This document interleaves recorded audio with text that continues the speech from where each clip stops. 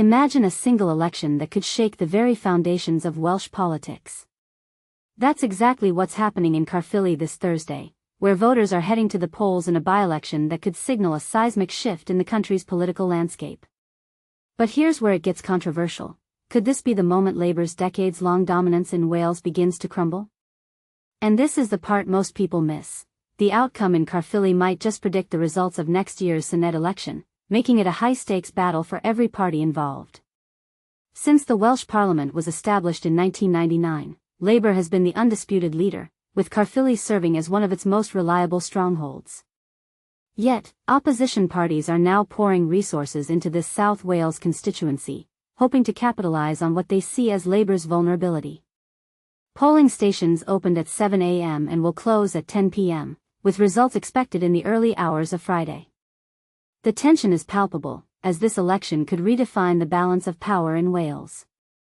Recent polls have forecast Plaid Cymru and Reform UK as the two parties poised to dominate Welsh politics next year. Here's the bold prediction: if Labour loses Caerphilly, it could be a harbinger of a broader political transformation.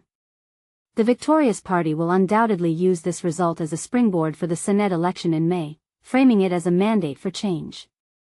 But is Wales truly ready for such a shift? That's the question on everyone's mind.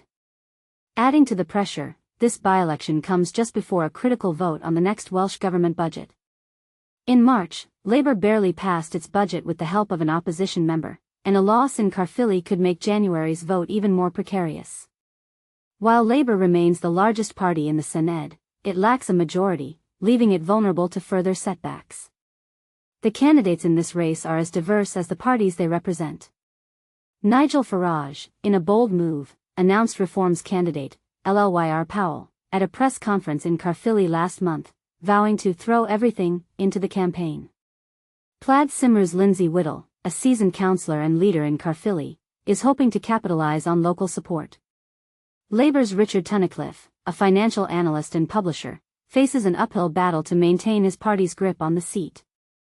Other candidates include Gareth Potter for the Conservatives, Gareth Hughes for the Greens, Anthony Cook for the pro-independence party GLAD, Steve Escheller for the Liberal Democrats, and Roger Quilliam for UKIP. Each brings their own vision for Caerphilly's future, but only one will emerge victorious. This by-election was triggered by the tragic death of Hefin Wyn David, a Labour politician first elected in Caerphilly in 2016. An inquest into his death is scheduled for April, adding a somber note to an already intense political contest.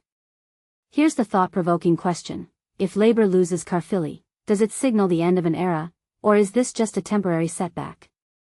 And for Plaid Cymru and Reform UK, is this their moment to rise? Share your thoughts in the comments. This election is more than just a local race, it's a potential turning point for Wales.